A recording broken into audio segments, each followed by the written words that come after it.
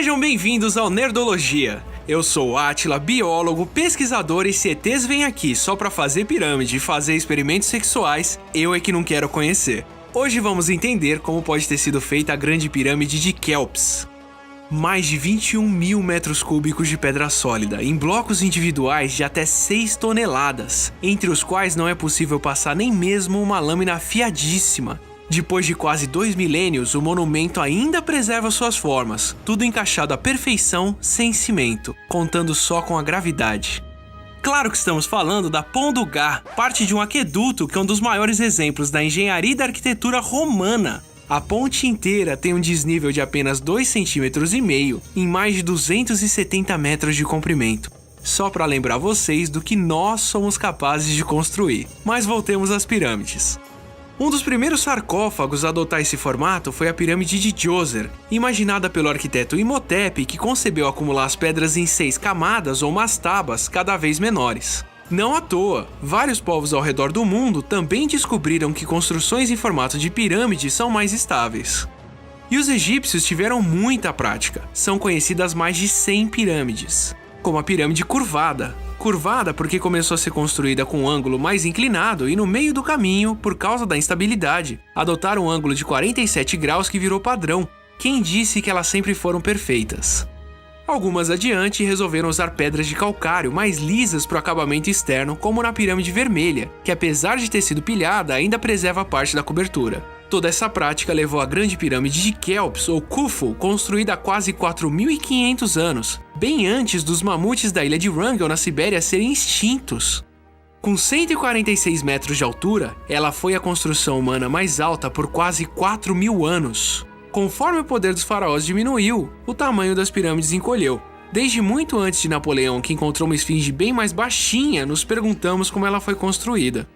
E ao contrário do que a maioria imagina, provavelmente elas foram erguidas por trabalhadores. Escavações no platô de Gizé encontraram pedaços de cerâmica, inscrições, ossos de gado, peixes e restos de cereais que atestam para uma equipe de milhares muito bem alimentada, condições incompatíveis com a escravidão. Os mesmos trabalhadores assinaram com orgulho os 5 espaços escondidos sobre o túmulo do rei que foram descobertos em 1837. O último espaço estudado continha o nome do faraó Quéops, confirmando o que os gregos afirmavam há centenas de anos.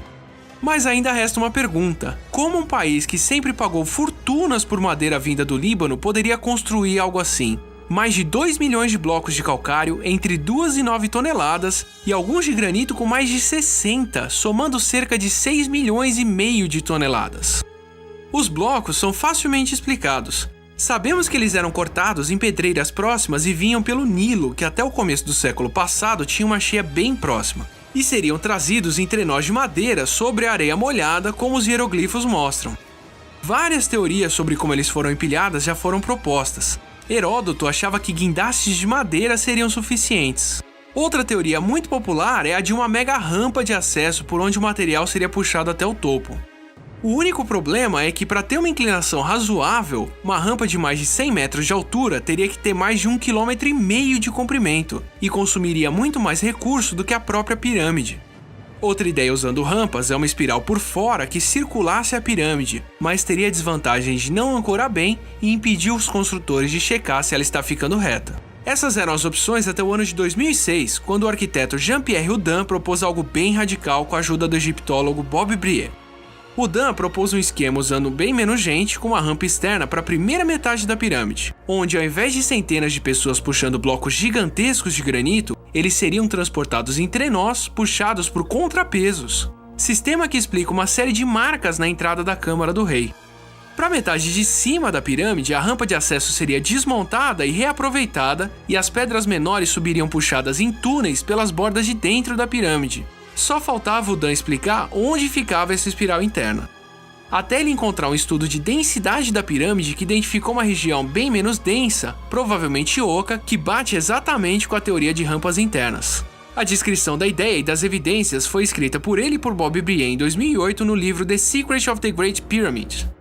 Se você acha difícil um povo fazer uma obra dessas, não subestime a obstinação humana em levantar construções aparentemente sem necessidade. Isso faz todo o sentido arqueológico. Como Jared Diamond explica no bom livro Colapso, a resposta do mistério dos Moais da Ilha de Páscoa está neles mesmos.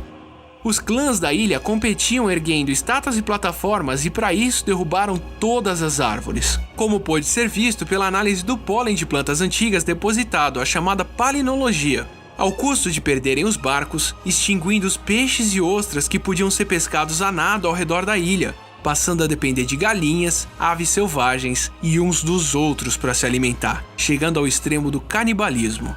Ou você pode imaginar que quem resolveu fazer um trabalho à toa foram os aliens. Não se esqueça de curtir e compartilhar o nosso vídeo e assine nosso canal para mais histórias de obras pré-copa. Até a próxima quinta. E um agradecimento ao Kentaro Mori do Ceticismo Aberto pela ajuda com o roteiro e por me deixar usar a abertura do vídeo.